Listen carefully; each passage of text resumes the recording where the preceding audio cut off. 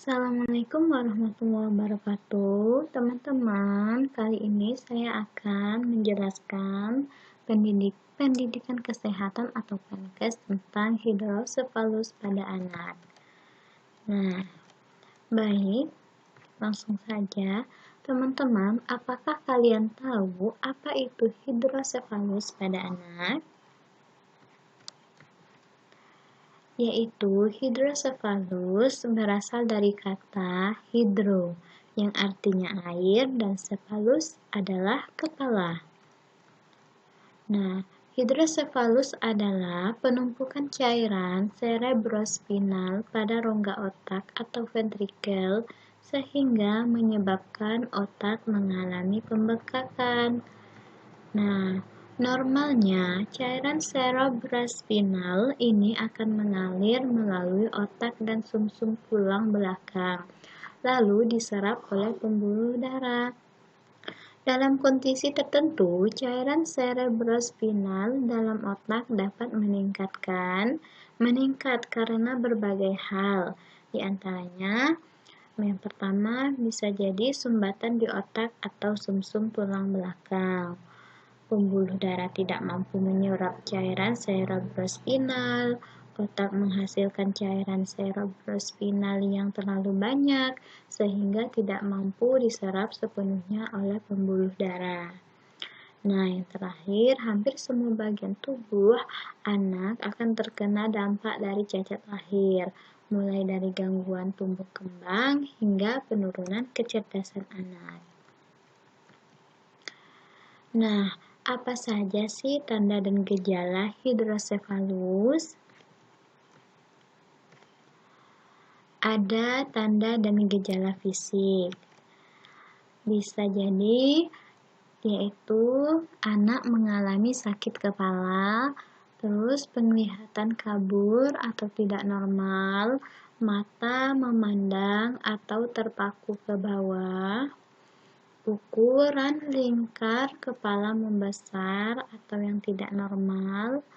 Setelah itu keseimbangan tubuh tidak stabil, mudah mengantuk, terlalu banyak tidur, tubuh anak lesu, kejang otot, leher terasa sakit atau nyeri, pertumbuhan lebih lambat, dan anak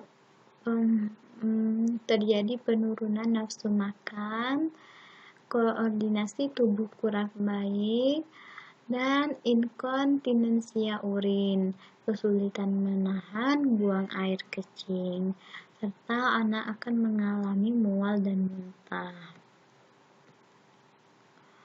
Teman-teman, selain itu juga anak akan mengalami perubahan perilaku dan kognitif ya.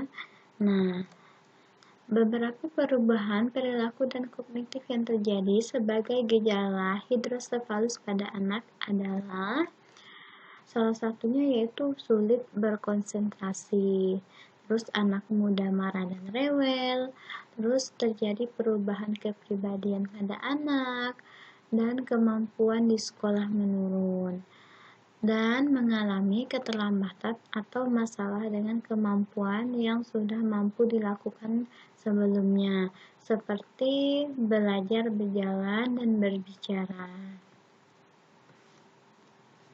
Nah, teman-teman, kira-kira apa ya penyebabnya hidrosefalus pada anak?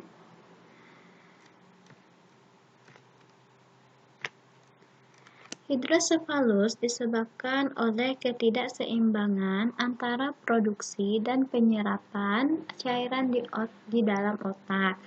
Akibatnya, cairan di dalam otak terlalu banyak dan membuat tekanan dalam darah meningkat. Kondisi ini bisa disebabkan oleh beberapa faktor yang meliputi aliran cairan otak yang tersumbat, produksi cairan otak yang lebih cepat dibanding penyerapannya, dan penyakit atau cedera pada otak yang mempengaruhi penyerapan cairan otak. Teman-teman, kira-kira bagaimana ya pencegahannya? Yaitu, ini adalah beberapa cara yang dipercaya efektif untuk mencegah timbulnya penyakit hidrosefalus pada janin dan bayi. Nah, biasanya hidrosefalus pada anak itu bisa dicegah ketika kita dapat mencegah melalui janin dengan cara yaitu melakukan imunisasi secara lengkap. Nah, pemberian imunisasi pada bayi dan ibu hamil merupakan langkah pencegahan hidrosefalus yang sangat efektif. Salah satu bentuk imunisasi yang sangat penting adalah pemberian vaksin MMR yang berfungsi sebagai penangkal kemunculan penyakit demam campak, dengue, dan rubella. Nah, seperti yang kita ketahui, virus rubella yaitu termasuk ke dalam penyebab utama penyebaran penyakit ini pada bayi dan janin. Oleh sebab itu, melakukan pencegahan hidrosefalus melalui prosedur imunisasi sangat dianjurkan. Nah, terus yang kedua adalah melakukan pemeriksaan berkala. Nah, ketika ibu hamil harus memeriksakan kandungannya secara rutin. Nah, karena apa? Selain untuk memantau perkembangan janin, hal ini juga berguna untuk mendeteksi adanya gangguan medis atau kelainan tertentu yang muncul pada masa kehamilan.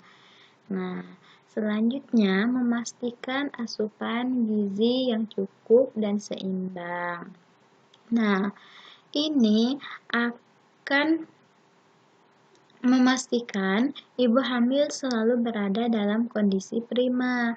Nah, keadaan ini juga akan turut berpengaruh terhadap penurunan risiko terjadi gangguan medis pada janin dan bayi yang akan dilahirkan. Nah, semakin baik asupan gizi ibu hamil, akan baik juga hasilnya bagi janin. Nah, terus yang terakhir yaitu menjaga kebersihan lingkungan sekitar. Nah, hidrosefalus dapat timbul akibat serangan virus. Sebagai tindak pencegahan hidrosefalus, pastikan lingkungan kita selalu bersih dari kotoran-kotoran yang rentan menjadi sarang virus seperti tumpukan sampah atau gorong-gorong yang kotor. Selain itu, virus juga dapat menyebar dengan mudah melalui udara. Karena itu, sangat penting untuk memastikan kebersihan udara yang kita hirup saat sedang mengandung. Nah, bagi ibu-ibu yang hamil, itu memerlukan kebersihan lingkungan yang bersih. Tidak hanya ibu hamil, anak-anak, bahkan kita pun juga memerlukan kebersihan lingkungan. Nah, supaya terhindar dari penyakit-penyakit yang lainnya. Oke, terima kasih telah menonton video ini. Semoga bermanfaat. Wassalamualaikum warahmatullahi wabarakatuh.